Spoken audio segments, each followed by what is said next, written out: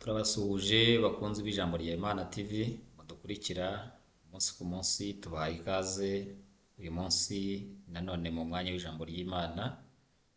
Nk'uko bisanzwe amazina ni Emmanuel Nzabonimana. Tugarutse muri wa mwanya wacu w'ijambo ry'Imana. Imana iduhane umugisha, tuguhaye ikaze wowe udukurikiye ukigera kuri uyu muyoboro wacu wanyu. Ni ikaze, uyumvemo ikaze muri mwanya w'ijambo ry'Imana. Imana iguhe umugisha. Reka dusenge Imana hanyuma dutangire twinjire muri uyu mwanya w'ijambo ry'Imana. Mana, turagushimiye mu izina rya Yesu. Tugushimiye kurinda kwawe gukomeye. Wabanye natwe uraturinda iminsi itambutse. Watugiriye neza, izina ryawe nirihimbazwe. Uyu mwanya tuje imbere yawe kubw'umugambi mwiza ufite kuri twe, kubw'umugambi ufite ku bantu bawe. Tuje kumva icyo uvugana natwe muri uyu mwanya. Turakwinginze ngo amatwi yacu yazibure, abashe kumva icyo uvugana natwe, kandi uduhe imbaraga, udutere ishyaka n'umwete byo gukora iby'ijambo ryawe dusaba. Umuntu wese agubwe neza muri iri jambo, umuntu wese akugireho umugisha, umuntu wese uzumvira ijambo, umuntu udukurikiye, umuntu uzadukurikira. Iri jambo rizashorerwe n'imbaraga za Mwuka Wera, kugira ngo zibashe kuremera buri umwe wese ibikwiriye binyuze mu ijambo ryawe. Urakoze cyane. Duhagaritse imikorere yose ya Satani, kwishyira hejuru kose tugutesha agaciro, ahubwo turasenze ngo icyubahiro cy'Imana kiganze. Uduhane umugisha n'abadukurikira bose ku bwa Yesu Kristo umwami wacu, amen. Murakoze cyane. Turongeye tubahaye ikaze ku ijambo rya Imana TV, umuyoboro ugamije kugeza abantu kuri Kristo, gufasha abantu mu rugendo unyuzweho ijambo ry'Imana, ubuhanuzi, indirimbo, ubuhamya se, ariko byose bigamije gufasha abagenzi bagana mu gihugu cyo mu ijuru. Nta yindi mpamvu Imana iduhamagaye, nta yindi mpamvu Imana iduhagurukije, ni ukugeza ku bantu b'Imana ijambo ry'Imana. Icyo Imana itubwiye akaba aricyo natwe tubwira abantu b'Imana. Turagira ngo rero dukurikira buri munsi kuri uyu muyoboro, cyangwa ari ubwa mbere ugeze kuri uyu muyoboro, ni ngombwa ko ukora subscribe kugira ngo igihe cyose dushyizeho ikiganiro, dushyizeho ijambo ry'Imana, ubone notification cyangwa se ubone ubutumwa bukubwira ko ijambo rya Imana TV dushyizeho ikiganiro. Urakoze cyane kuri wowe wakanzeho. Imana iguhe umugisha, kandi utarakandaho nawe ni ngombwa kubikora kugira ngo ajye abona ibiganiro byacu ku gihe. Twebwe twese dufatanye gukora uyu murimo twubaka ubwami bw'Imana. Murakoze. Imana ibahe umugisha. Uyu munsi uje kuri iki kiganiro ubonye umutwe wanditse ngo Imana igukure mu rungabangabo. Imana igukure mu rungabangabo ni umutwe w'ijambo Imana yaduhaye kuvugana namwe. Ni umutwe w'ijambo Imana iduhaye kugira ngo tubwire abantu b'Imana. Imana ikure abantu bayo mu rungabangabo. Kino gihe abantu benshi baheze mu rungabangabo.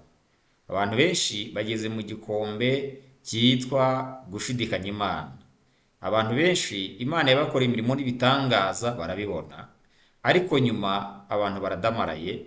Abantu barimo baribaza ngo mbese ni Imana yakoze, mbese oya ntabwo ariyo. Ariko uragira ngo ubwire ngo Imana igukure mu rungabangabo, wongere umenye neza imirimo y'Imana yagukoreye, ugaruke ku Mana, wongere agaciro Imana, wongere ushaka Imana, uyishakane umwete n'umutima wawe wose n'ubwenge bwawe bwose, kugira ngo Imana yongere ikugirire neza. Abantu benshi rero bibagiwe ibitangaza Imana yabakoreye. Abantu benshi bibagiwe imirimo Imana yabakoreye. Abantu benshi Imana yabatabaye bageze aho rukomeye, ariko uyu munsi bamaze kudamarara, abantu bamaze kwibagirwa. Mbese unababajije banakubwira ko iyo Mana ntayikiriho. Imana yahindutse, Imana itakiri ya yindi. Ndetse muri kino gihe kubera ko tugeze mu gihe gikomeye cyane, Pawulo yarabivuze. Ndagira ngo nkubwire ngo dusohoye mu gihe kiruhije, ariko birakwiriye ko umuntu w'Imana, umuntu wamenye Imana, aba mu gihe adashidikanya ku Mana. Abantu benshi barimo gushidikanya ku Mana, barimo baribaza ngo mbese ya Mana yakoze ya mirimo ya kera uyu munsi niyo igihari? Mbese ya Mana twakoranye twagendanye, uyu munsi niyo igihari. Abantu baribaza ibyo byose, baribaza ngo mbese Imana yarasinziriye, mbese Imana ntigihari, Imana ntigikora, Imana nticyumva, Imana ntikireba, mbese Imana yarahindutse. Nje kukubwira rero ngo Imana igukure mu rungabangabo. Muri iri jambo tugiye kuganira, turarebera hamwe uburyo Imana ijya ikorana n'umuntu, ndetse umuntu akabona ibimenyetso simusiga rwose bimwemeza ko ari kumwe n'Imana, yakoranye n'Imana, Imana yakoranye nawe, ndetse akabyibonera n'amaso ye, ibindi akabyumvisha amatwi ye. Ariko igihe cyagera, bitewe n'igihe yagezemo, bitewe n'intambara yagezemo, bitewe n'ingorane yagezemo, agatangira kwibaza ati ese iyi ni ya Mana ya yindi koko yakoze ya mirimo, ubu natinyuka kuba ngeze muri ibi bintu Imana ikandeka? Turaza kurebera hamwe rero icyo Imana ivuga ku muntu ufite gushidikanya muri we Imana. Murakoze cyane. Iri jambo turarifashwamo, uyu munsi ndashaka gukoresha iminota mikeya. Iri jambo turarifashwamo n'imirongo 2 gusa tugiye gusoma mu butumwa bwiza bwa Yesu Kristo bwanditswe na Matayo, igice cya 3, turahera ku murongo wa 13 turangiza wa 17. Twigire hepfo gato dusome igice cya 11 umurongo wa mbere tugire ku wa 6. Matayo 3:13 kugera kuri 17, 11:1 kugera kuri 6. Niyo mirongo tugiye gusoma, ubundi tuganire kuri iri jambo rivuga ngo Imana igukure mu rungabangabo. Reka dusome Matayo 3:13 kugera ku murongo wa 17. Haranditse ngo kubatizwa kwa Yesu. Icyo gihe Yesu ava i Galilaya ajya kuri Yorodani, asanga Yohana ngo amubatize. Nawe ashaka kumuhakanira ati, ko ari jye wari ukwiriye kubatizwa nawe, none ni wowe unsanze? Yesu aramusubiza ati, emera ubikore, kuko ari byo bidukwiriye ngo dusohoze gukiranuka kose. Aherako aremera. Yesu amaze kubatizwa, uwo mwanya ava mu mazi, ijuru riramukingukira, abona umwuka w'Imana amanuka asa n'inuma amujyaho. Maze ijwi rivugira mu ijuru riti, nguyu umwana wanjye nkunda, nkamwishimira. Imana itugire neza. Reka dusome n'iki gice cya 11. Yego, umurongo wa mbere tugire ku wa 6.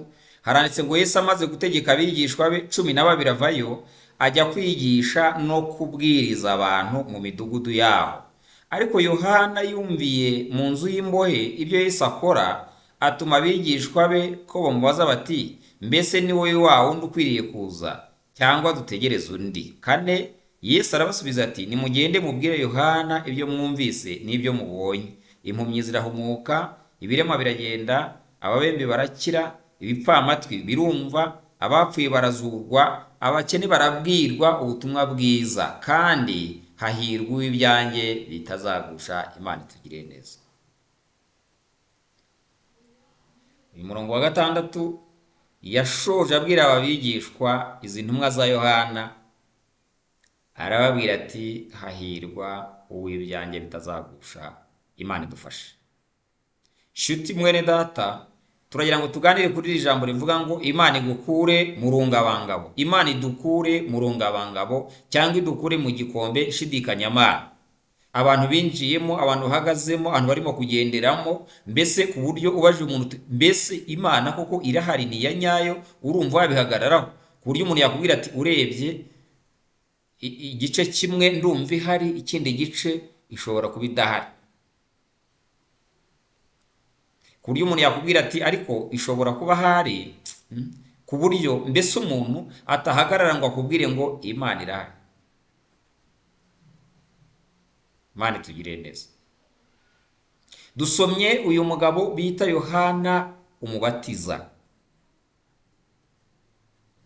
Dusomye inkuru zitubwira ku mugabo bita Yesu Kristo w'i Nazareti.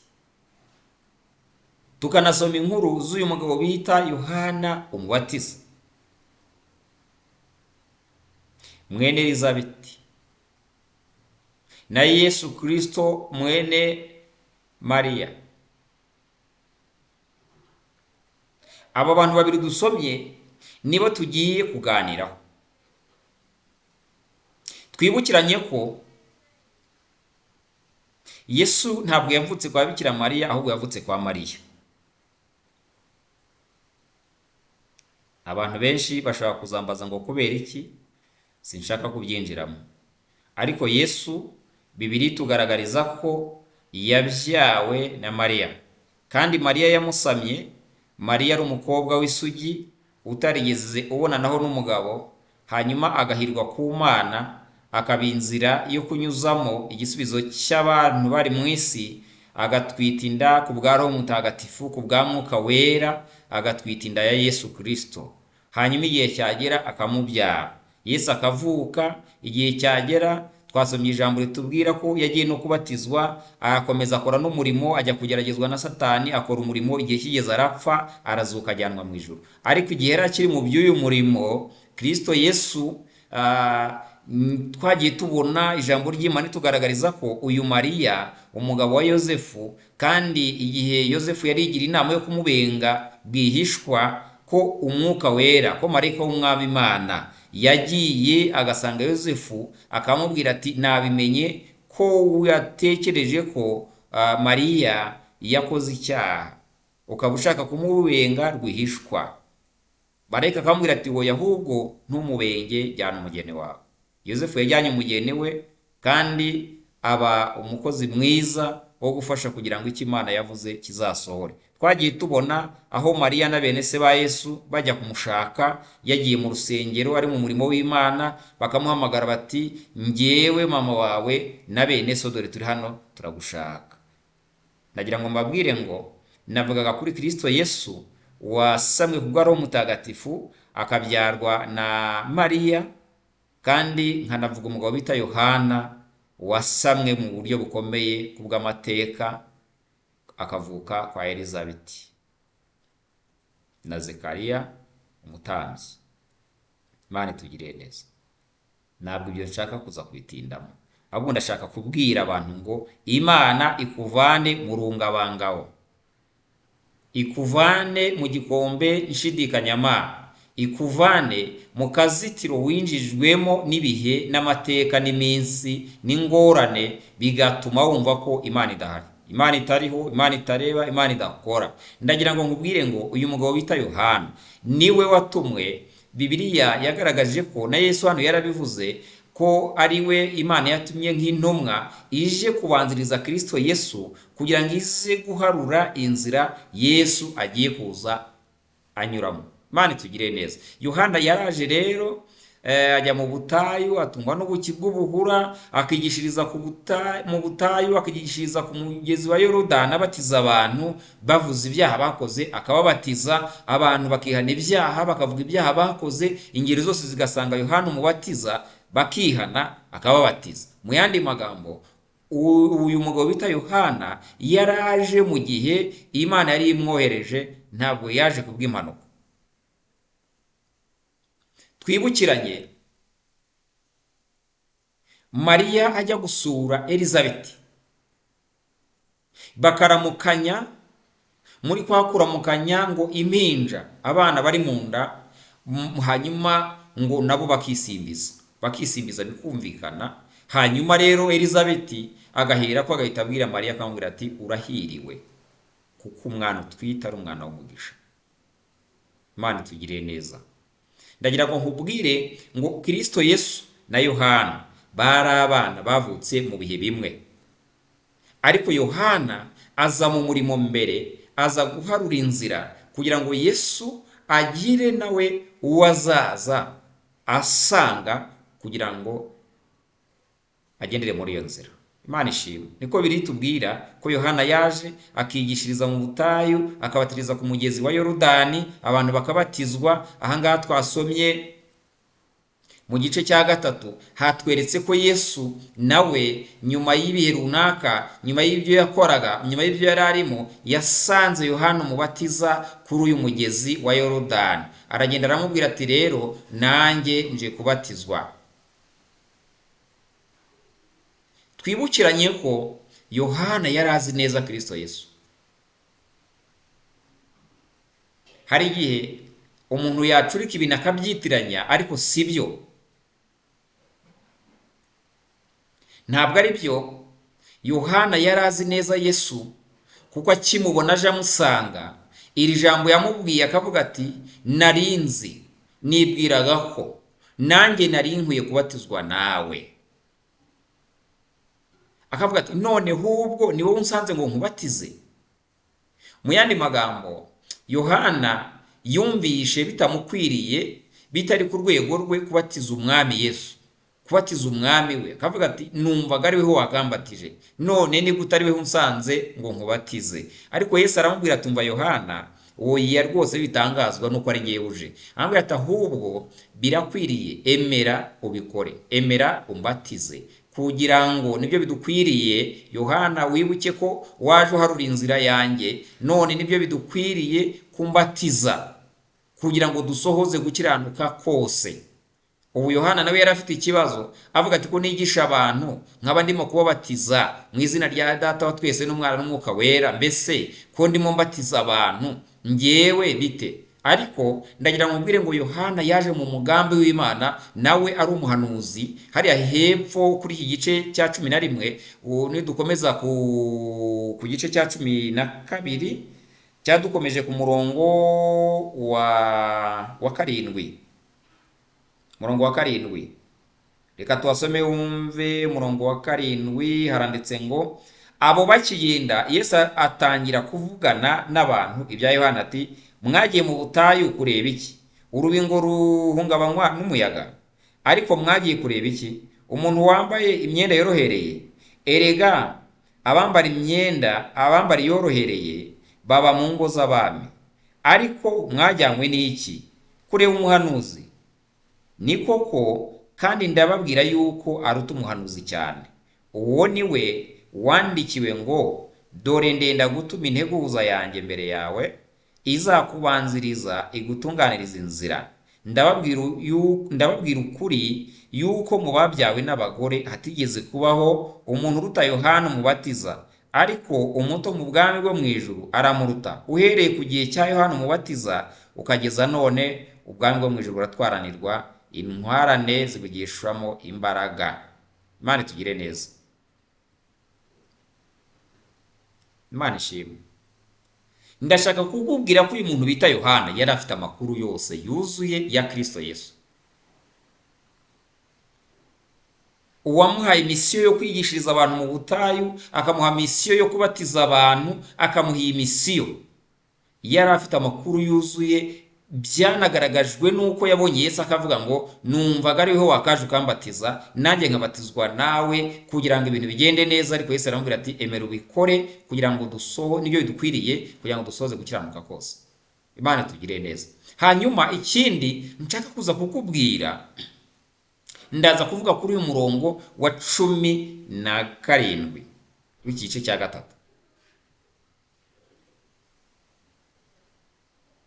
Yesu amaze kubatizwa avuye muri Yorodani, avuye mu mugezi ngo azamutsemo, akigera hejuru, akijya ku nkombe, akikandagira hejuru ku butaka, ngo abona umwuka wera amuzaho, kandi aza mu ishusho y'inuma igaragara, abantu bayireba na Yohana areba. Hanyuma ngo ijwi rivugira mu ijuru ngo riravuga ngo nguyu mwana wanjye nkunda nkamwishimira. Imana itugire neza. Yohana rero yari afite amakuru yuzuye, kandi naha kuri Yorodani hari amakuru yahaboneye, hari ibindi bihamya n'ibimenyetso byongeye kumuhamiriza ko Kristo umwana w'intama w'Imana ari uje kubatizwa, ari umaze kubatizwa. Yohana yarabibonye, Yohana arabimenya. Imana ishimwe. Ndi ku ijambo rivuga ngo Imana igukure mu rungabanga. Imana mwaragendanye, Imana yagukoreye imirimo, Imana yaragutabaye, Imana yaragushubije, Imana yarakurengeye, ariko ugeze mu bindi bikomeye ubonye bigutsikamiyeho gato, utekereza ko Imana itagihari. utekereza ko Imana yahindutse, utekereza ko Imana yahinduye sisiteme yo gukoreramo, utekereza ko Imana itagitabara abantu, utekereza ko Imana yibagiwe abantu, urangije nawe utiza umurindi Satani, uricara uradamarara, wumva ko iby'Imana, Imana itagihari. Imana yarangije misiyo yo gukorera abantu, Imana yarangije misiyo yo kurengera abantu, Imana yarangije misiyo yo gutabara abantu b'Imana. Ndagira ngo nkubwire rero ngo Imana ikuvane muri ako kazitiro kwitwa urungabangabo rwo kutamenya icyo uhitamo n'icyo ukora n'inzira ukomeza kugendamo, ngo ahari aho ngaho ukomeze gukurikira Imana yawe cyangwa se ukurikire Satani, ahubwo ugahama hagati ukumva wibuka ko Imana yakoze imirimo n'ibitangaza, ukumva uracyatekereza ko hari ibintu Imana yakoze, ariko mu kanya ibyo urimo byagusha intege ukumva urimo uratekereza ko Imana yahindutse. Imana igutabare, Imana ikurengere, Imana ikurwanirire, Imana ikugire neza. Uyu Yohana niwe turiho. Amaze kubatizwa rero kandi igihe kirageze, Kristo Yesu avuye muri Yorodani, ibihamya birabonetse, ijuru yamuhamiriza imbere ya Yohana n'abandi benshi bari baje kubatizwa. Haboneka ibihamya byerekana uwo muntu neza uwo ari we. Yohana arabibona. Hanyuma Yesu arangije ajyanwa mu butayu kugeragezwa na Satani. Ku gice cya 4 ajya kugeragezwa na Satani mu butayu. Hanyuma Imana itugire neza. Yesu agiye kugeragezwa na Satani mu butayu, amaje kubatizwa, agiye mu murimo, agiye gusenga, agiye gushaka imbaraga. Icyo gihe yasengaga, Satani aza kumugerageza. Yesu yinjiye mu murimo, yatangiye gukora imirimo n'ibitangaza, yatangiye kubwiriza ubutumwa bwiza. Inzira Yohana yaharuye Yesu deja yayigejejemo, inzira Yohana yaharuye Kristo Yesu yatangiye kuyikoreramo. Yohana nawe igihe cye kirageze, arafashwa, ajyanywe mu nzu y'imbohe. Ntabwo nshaka kuza gutinda cyane mu mateka n'inkuru nyinshi, ahubwo ndashaka kukubwira kuri uyu mugabo bita Yohana wari uri mu nzu y'imbohe mu gihe Kristo Yesu yari arimo akora umurimo. Kandi ni koko Yohana nawe yari afite amakuru ko yaje ari integuza ije guharura inzira ya Yesu. Kandi Yesu akimara kuza kubatizwa, Yohana yari yabibonye ko Yesu abatijwe kandi tayari ubwo yinjiye mu murimo, ko Yesu atangiye gukora umurimo we. Yohana rero agiye mu nzu y'imbohe, Yohana agiye mu bihe bidasanzwe, Yohana agiye mu bihe by'ingorane, Yohana agiye mu bihe by'umubabaro. Nyamuna bene data nshuti z'umusaraba, uburoko buraryana. Twagiye twumva ubuhamya bw'abantu babayemo, twagiye twumva ubuhamya bw'abantu bagiye babamo, Imana ikabatabara bakavamo, bagatanga ubuhamya bakavuga ati nyamuna hariya hantu bahafata nk'ikindi gihugu, bahafata nk'indi si baba barimo, kuko ibibera hano hanze uretse kubikurikira ku mateleviziyo cyangwa ku maradiyo simbizi, ariko ubuhamya batanga bavuga ko ari ikindi gihugu baba bavuyemo. Rero ndagira ngo nkubwire ngo uyu mugabo Yohana ari muri iki gihugu cyitwa uburoko, yahuriyemo n'ingorane. Kandi muri kiriya gihe abantu babaga bavuga Imana bafungwaga mu buryo bukomeye. Yohana rero amakuru akamugeraho, ariko yanamugeraho ntabwo yari ayobewe ko Kristo Yesu inzira yamaje kuyiharura kandi nyirayo yayigezemo. Yari afite amakuru ko Yesu amaze kumubatiza kandi agiye mu murimo. Nyine umuntu umaje kubatizwa, umuntu umaze kwakira umwami Yesu, biravuze ngo atangiye umurimo. Izina ry'Imana nirishimwe. Nuko Yesu rero yagiye ajya mu murimo, arigisha, ahumura impumyi, abarwayi abadayimoni ababirukanamo, abarwayi bicurara bahagurutsa barakira. Ni ukuri ibirema byose birahaguruka biragenda. Mbese abakene babwirizwa ubutumwa bwiza. Mu gihe abantu batekereza ko abantu bajya mu masinagogi ari abantu bakomeye, Yesu ajya no kubwiriza abantu b'intamenyekana. Abantu bose babwirwa inkuru nziza, abantu bose abaha ijambo ry'ihumure ry'uko Imana ibakunda. Mbese mu yandi magambo, abantu bose barasubizwa, abantu bamukurikira ari benshi ku misozi, ibitangaza bigenda bikoreka, agenda yigisha abantu, agenda akora imirimo n'ibitangaza. Yohana rero akumva izo nkuru zamugeraho, akavuga ati ese koko izi nkuru ndimo numva, uyu ni Yesu nabatije cyagihe, ese niwe uri gukora iyi mirimo? Mbese niwe nari ntegereje, niwe twari dutegereje mu mateka batubwiye? Ni gute se Yohana yari yibagiwe ku ijwi ryavugiye mu ijuru rikavuga ngo nguyu mwana wanjye nkunda nkamwishimira? Ni iki cyari kimwibagije ayo makuru? Ariko ibihe yari arimo, uburoko yari arimo, imbaraga bwari bufite, nibyo byamuteye kuvuga, agatuma intumwa ze, akazituma kuri Yesu, ngo akazituma ngo nimugende mumumbarize ngo mbese ni wowe dutegereza wagombaga kuza cyangwa dutegereze undi? Mbese Yohana yari afite amatsiko yo kuvuga ngo mbese uwo naje guharurira inzira niwe koko wa nyawe, niwe koko wa nyawe naharuriye inzira akaba ari mu nzira akandeka nkaba ndi mu buroko hano? Mbese niwe wa nyawe ngo nanjye menye ko igihe kigeze ko nyiri inzira yayigezemo ngo nanjye nicare nzi ko nta wundi murimo ugihari? Ndagira ngo nkubwire ngo rero igihe cyo gushidikanya Imana umuntu wese yakigeraho, umuntu wese yakibamo, umuntu wese uko yamera kose yagera mu gihe yumva ashidikanya yibaza ngo mbese ni ya Mana ya nyayo? Ese Kristo Yesu ni wa wundi cyangwa se ibintu byarahindutse? Ese yahinduye umuvuno akoreramo ngewe sinabimenye? Ese nakoze ibyaha byinshi akaba wenda ndimo kuzira ibicumuro n'ibyaha nakoze? Umuntu wese yaba muri kino gihe cyo gushidikanya ku Mana. Ariko ndagira ngo mubwire ngo Imana igukure mu rungabanga, Imana ikwiyereke, Imana ikugarukeho. Ariko izi ntumwa za Yohana zigeze kuri Yesu ziramubaza ziti umva, Yohana aradutumye ngo mbese ni wowe twari dutegereje waje cyangwa dutegereze undi? Yesu arababwira ati umva rero, dore namwe muri kuri tere, namwe murimo murirebera. Ndagira ngo mbwire ngo Imana ikwiyereke, Kristo Yesu akwereke imirimo, Imana ikwereke imirimo n'ibitangaza, wongere ugaruke ku Mana, wongere ugirire icyizere, wongere ushikamisheho umutima wawe. Yesu arababwira ati nimurebe, dore namwe muri kuri tere, ibiri kuba murabireba. Si ngombwa ko nirwa nsobanura byinshi, ibyo ndi gukora, ibiri gukoreka biransobanura ngewe. Mugende mubwire Yohana ibyo mwabonye. Dore abarwayi barimo barakira, abarwayi abadayimoni barimo barahunga, dore ibirema birimo birahaguruka, dore impumyi zirimo zirahumuka, dore rwose abakene ngaba batishoboye barimo barabwira inkuru nziza. Abantu bose bageze mu bihe bikwiriye, uwari ukenewe yabonetse, uwari ukenewe uw'isi yari ikeneye ari hano arimo arakora imirimo n'ibitanga. Nimugende mumubwire ngo ibirema birahaguruka, abakene barabwira inkuru nziza, kandi nimurangiza mwongereho iri jambo rivuga ngo hahirwa uw'ibyanjye bitazagusha, ku murongo wa 6 w'igice cya 11. Kandi mwongere ijambo mumubwire ngo Yohana we, hahirwa uw'ibyanjye bitazagusha.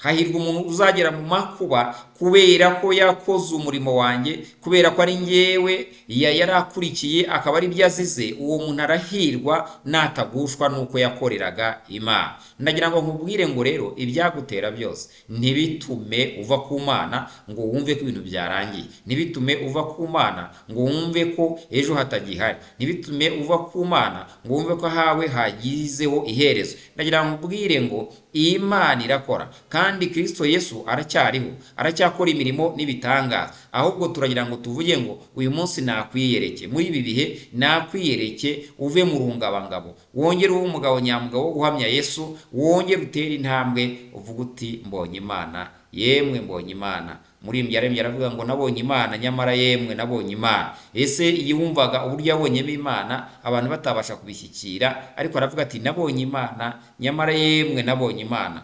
Ibyo Imana ikorera umuntu hari umuntu atabasha kubisobanura, hari umuntu atabasha kubivuga, ariko ndagira ngo nkubwire ngo Imana ikwiyereke, ikuvane muri urwo ruzitiro rwo gushidikanya Imana, igukure muri icyo gikombe cyo kwibaza ngo mbese iyi Mana ni yayindi. Ariko ngo izi ntumwa za Yohana zimaje kugenda, Yesu atangira gusobanurira abantu, atangira kubigisha abwira ati se mwagiye mu butayu kureba iki? Mwagiye kuri Yorodani gukora iki? Mu butayu mwagiye kureba urubingo ruhungabanywa n'umuyaga? Mu butayu mwagiye kureba mbese abambaye imyenda yorohereye, abantu barimbye bameze neza? Cyangwa mwagiye kureba umuhanuzi? Aravuga ati ni koko uwo mwagiye kureba ndetse aruta abahanuzi. Mu yandi magambo asobanura kuri Yohana, aravuga ati no mu bantu babyawe n'umugore nta muntu n'umwe wigeze uruta Yohana. Ariko aravuga ati umuto wo mu bwami, ashaka kuvuga we, aravuga ati ariko umuto, umwana wo mu bwami aramuruta, kubera ko Imana ishimwe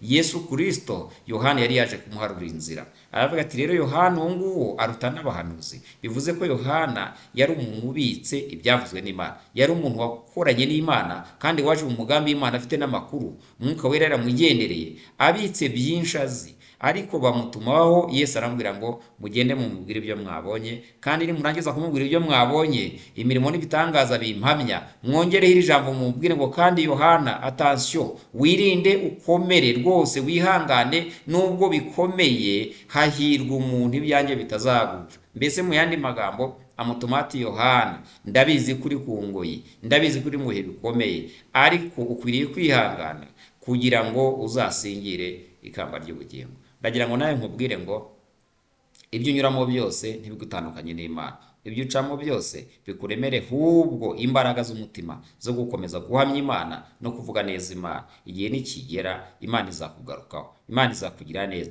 Kristo Yesu arabizi kandi nawe arakuzi urwego uriho.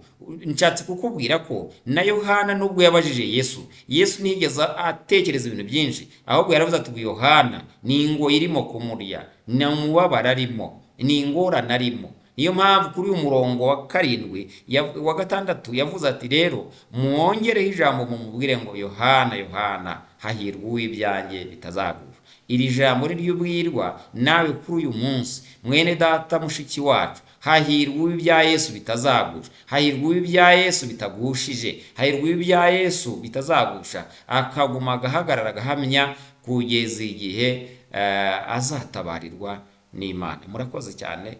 Imana iduhane umugisha. Nimureke dusenge Imana, ariko tugira ngo tukubwire ngo mwene data, nshuti z'Imana, turagira ngo tugusabire Imana igukure mu rungabangabo. Ese Imana iguhagarare. Niba ufite kwizera ufatanye natwe iri sengesho. Ndagira ngo ubwire ngo iyi jambo ry'Imana rirakora kandi isengesho rirakora. Ndagira ngo niba ufite kwizera ufatikanye natwe muri iri jambo, ufatikanye natwe muri iri sengesho. Ndagira ngo tubwire Imana ngo Imana nikongerera imbaraga, kandi Imana nikwiyereke wongere ugiye guhamya. Imana nikwiyereke, Imana ikugarukeho aho washidikanyaga ku Mana, wongere umenye ko Yesu agikora imirimo n'ibitangaza. Yesu ari mu kazi, Imana iri mu kazi, imirimo irimo irakoreka, ibitangaza birimo birakoreka. Abarwayi n'ubu baracyakira, abafite ibibazo n'ubu baracyatabarwa, abari mu ngorane n'ubu Imana iracyabitayeho, kandi imirimo ya Mwuka Wera iracyakoreka. Ndagira ngo nkubwire ngo na n'uyu munsi uhereye ku gihe cya Yohana Umubatiza, Yesu yaravuze ngo ubwami bw'Imana buratwaranirwa, ngo n'intwarane zibugishamo imbaraga.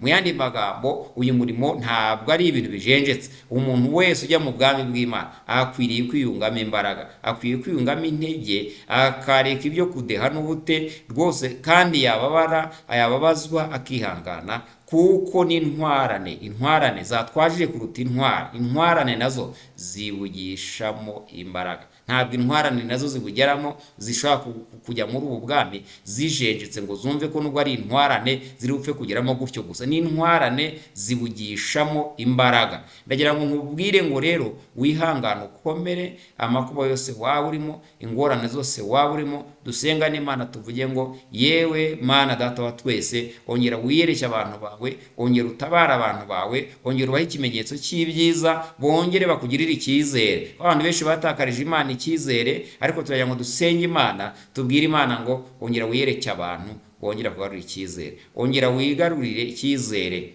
cy'aba bantu bacitse intege, cy'abantu basubiye inyuma, cy'aba bantu Mwami Imana yacu bamaje kubona ko Imana itagikora imirimo, bamaje kubona ko Imana itagishoboye, bamaje kubona ko Imana yabirengagije, bamaje kwishinza ibyaha byinshi n'ibyo batakoze, ngo kubera ko Imana itabatabaye ahari hari ibyo bagiyemo. Ndagira ngo nkubwire ngo Imana ikugarukeho, Imana yongere kwiyereke muri iri jambo, kandi ndagira ngo nguhamirize ngo niba ufite kwizera ko Kristo Yesu agikora imirimo n'ibitangaza, ibyo birashoboka, bishobokera uwizeye, niko Yesu yavuze. Ndagira ngo nkubwire ngo reka dusengane Imana. Ni ukuri Kristo aracyakora, Kristo aracyari mu kazi, Kristo imirimo iracyakorwa, Mwuka Wera aracyari mu kazi. Ndagira ngo nkubwire ngo ibimenyetso n'ibitangaza biracyari bizagendana n'abizera. Nibe nawe ufite kwizera, ngwino kuri Yesu, ongera ugaruke kuri Kristo Yesu, ugaruke ku isoko, ongera uhamye kandi wambara imbaraga. Imana iguhe umugisha, urakarama mu izina rya Yesu.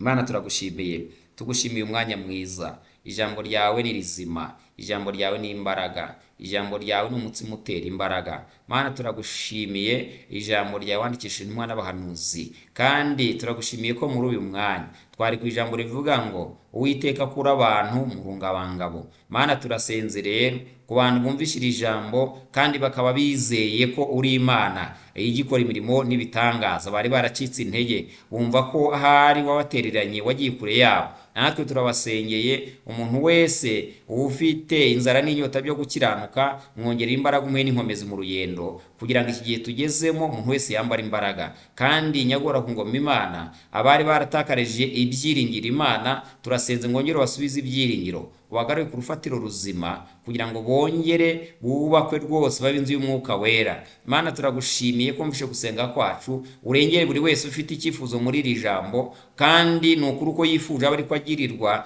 kuko ijambo ryawe ni imbaraga kandi ijambo ryawe rirarema. Urakoze ko mvishe gusenga kwacu, duhana umugisha n'abera bose ndetse n'abazadukurikira, ku bwa Yesu Kristo umwami wacu, amen.